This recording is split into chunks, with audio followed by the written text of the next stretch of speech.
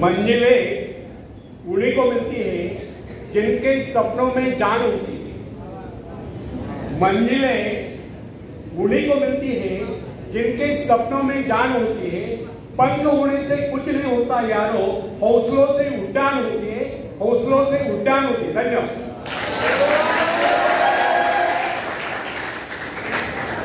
Friends, मैं एक ऐसे व्यक्ति को जानता हूं जिसका एक पैर किसी रेल दुर्घटना में कट गया था। उसने कभी किससे भिक्षा नहीं मांगी, किससे दान लेना गवारा नहीं किया, यहां तक कि अपने बहन भाई का भी उसने कभी सहारा नहीं दिया। उसने एक छोटा सा धंधा फुटपाथ पर आरंभ किया। शुरू में वो न्यूज़पेपर बेचने लगा। 2 पैसे बचाकर उसने वजन तौलने की मशीन खरीद ली, उस पर अपना पेट पालने लगा।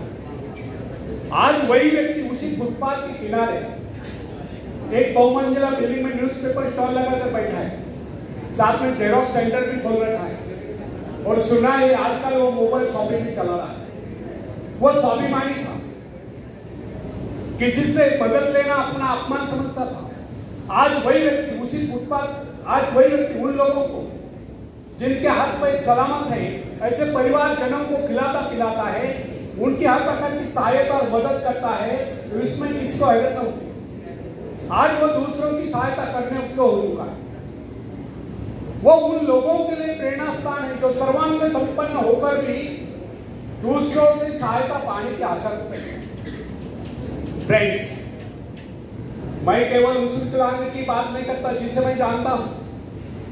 इस संसार में ऐसे बहुत से विकलांग लोग हैं जो अपने हिम्मत से खुद भी खा रहे हैं और अपने परिवार को भी पाल रहे हैं। ऐसे स्वाभिमानी, मेहनती, आत्मविश्वासी और साहसी लोगों को अपनी जीविका चलाते देखकर हमें स्वयं के विषय में सोचना चाहिए कि क्या हम पूर्णतः स्वस्थ हैं, साथ ही सभी अंगों से युक्त तथा शरीर से चुस्त मस्त होकर भी क्या हम अपने आप को समर्थ समझने का अधिकार रखते हैं? यदि हाँ, तो फिर किसी दूसरों से सहायता की प्रतीक्षा करते हैं। कोई भी स्वस्थ तथा सर्वांग संपन्न व्यक्ति तब तक अपने आप को समर्थ समझने का अधिकार नहीं रख सकता जब तक वो समझता है कि वह किसी के अधीन है। वास्तविक स्वतंत्रता एक ऐसा उपाय है जिससे मनुष्य की शक्ति दोगुनी जाती है। इस प्रकार की भावना अन्य किसी प्रकार से नहीं आती। जब कोई युवक या युवती अपने हिम्मत के सहारे किसी व्यापार में उतरता है तो उसके मन में एक श्रेष्ठ भावना अवश्य उत्पन्न होती है। यही भावना उसे प्रसन्नता प्रदान करती है। इससे पहले किसी का अधीन होता, चाहे वह कितना ही बड़ा कारोबार क्यों न कर चुका हो, परंतु उसे स्वतंत्रता से अपने आत्मविश्वास के सहारे साहस के साथ काम करने में एक नए आनंद का एहसास होता है। फ्रेंड्स, जब सागर शांत हो तो जहाज के चालक को अधिक होशियारी से जहाज चलाने की आवश्यकता नहीं पड़ती, लेकिन जैसे ही तूफान आता है और जहाज डूबने का खतरा पैदा होता है, तब यही चालक या कप्तान अधिक सावधानी बरत लेता है।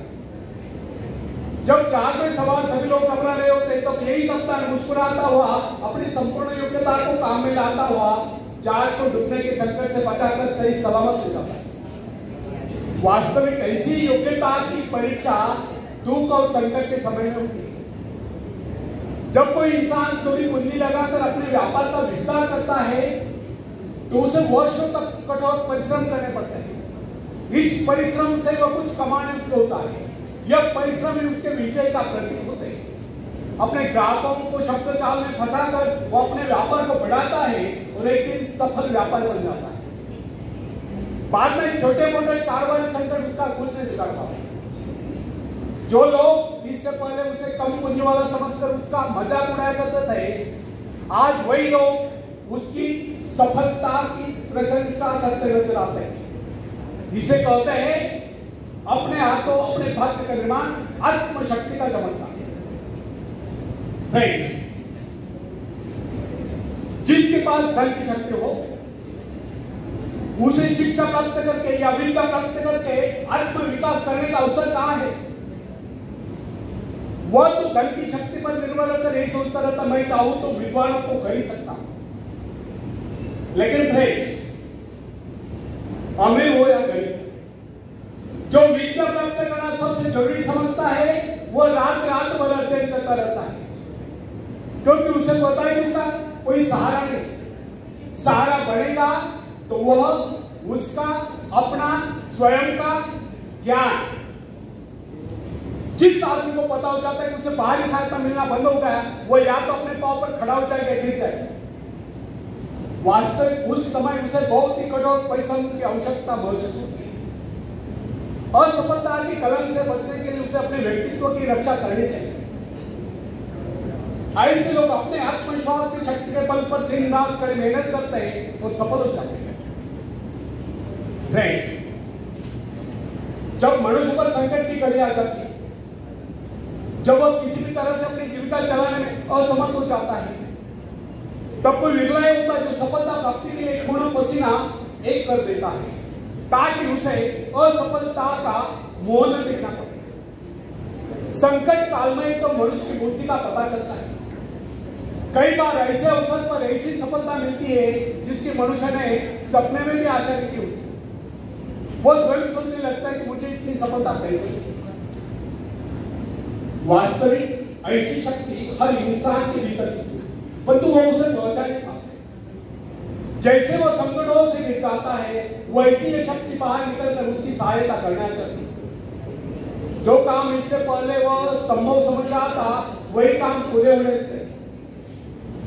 इसका कारण यह है, जब मनुष्य का जीवन चारों खतरों से घिर जाता है, तब उससे बाहर निकलने के लिए वो हाथ पैर मारना शुरू कर देता है, और इस संघर्ष से उसकी बुद्धि तेज हो जाती है।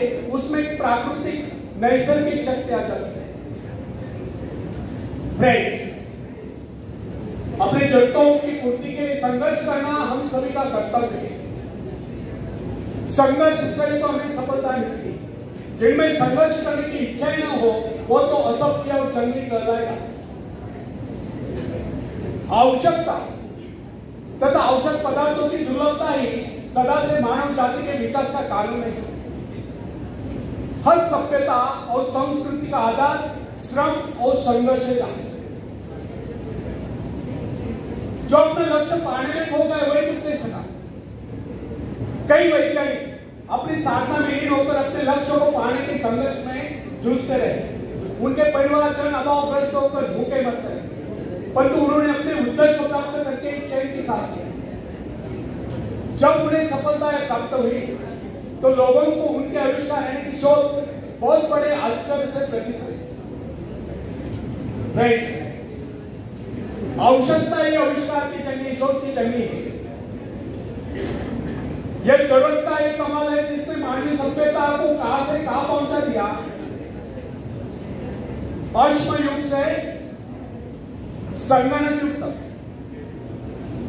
जरूरत की लक्ष्य का निर्धारण करती। इसे पाने के लिए वैज्ञानिक तथा शोधकर्ता जी जान से जुट जाते हैं। मनुष्य की गुप्त शक्ति का पता उस समय चलता है जब कोई जरूरत आकर उसके सामने खड़ी होती है, उसकी पूर्ति के लिए वो संघर्ष करता है। मनुष्य की गुप्त शक्ति आपातकाल में ही प्रकट होती है। इसका सीधा अर्थ यह हुआ, यदि मनुष्य को किसी वस्तु की आवश्यकता ही न हो, तो उसकी आंतरिक शक्ति का अंत हो जाएगा। बाहरी सहायता लेने से भी इस आंतरिक शक्ति को पार निकलने का अवसर नहीं मिलता। जो काम इस शक्ति द्वारा लिया जाने वाला था, वही काम हम दूसरों की सहायता लेकर झटपट कर डालते हैं और पंगु तथा शक्तिहीन बने रहते हैं।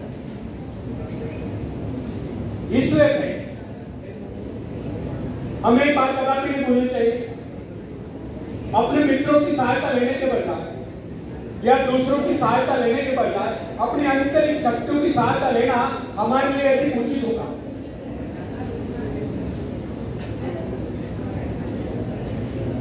हो गया? अपने मित्रों की सहायता लेने के बजाय अपने आंतरिक शक्तियों की सहायता लेना हमारे लिए अधिक उचित होगा, क्योंकि आत्मनिर्भरता एक ऐसी शक्ति है जो मित्रता यानी कि मित्रों से ली सहायता, प्रभाव, दूसरों का प्रभाव, धन संपत्ति यानी कि काम करे काम, ऊंचा वंश यानी कि ऊंचे खानदान में जन्म को आए हुए व्यक्ति का सहारा लेना या बाहरी किसी भी प्रकार की सहायता, इन सब की सामूहिक शक्ति से ही शक्तिशाली होते हैं।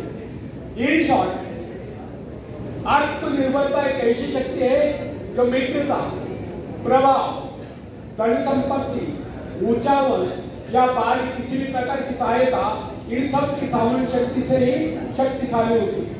आत्मनिर्भरता की सहायता लेकर मनुष्य भीषण से भीषण बाधाओं को भी पार कर जाता है, भयंकर कठिनाइयों पर भी विजय प्राप्त करता है, बड़े से बड़े आविष्कार की शोध करने में भी सफल हो जाता है। इंसानी गुणों में सबसे अधिक शक्ति आत्मनिर्भरता की है। जो इंसान अपने सहारे जीता है, जो अपने बल पर चलता है, जो अपने लक्ष्य पर चट्टान की भांति डटा हुआ है, जो बाधाओं को सामने देखकर जरा भी विचलित नहीं हुआ, जिसे अपनी कार्य कुशलता और कर्म शक्ति पर पूरा विश्वास है, वही सफल होता है। सत्य, पवित्रता और सुंदरता पर प्यार करना मनुष्य का स्वभाव है। जो व्यक्ति मौलिक विचारों के बल पर जीता है, जिसके कुछ सिद्धांत हैं, जिन पर वह अड़िग रहता है, जो अपने उसूलों पर दृढ़ता से कायम है, लोग उसे आश्चर्य से देखते हैं, उसके अनुयायी यानी कि शिष्य बनने का प्रयत्न करते हैं, क्योंकि लोगों के दृष्टि में वो महान है। फ्रेंड्स, यदि आप भी महान बनना चाहते हो तो अपनी शक्तियों को पहुंचाओ। ईश्वर ने जो शक्ति आपको प्रदान की है वो आपके भीतर छुपी हुई है, उसे जगाकर बाहर लाओ। यदि आप उसे जगाने में सफल हो गए तो सफलताएं आपके कदमों तले होगी और आप कामयाबी के शिखर पर होंगे। आखिर में मैं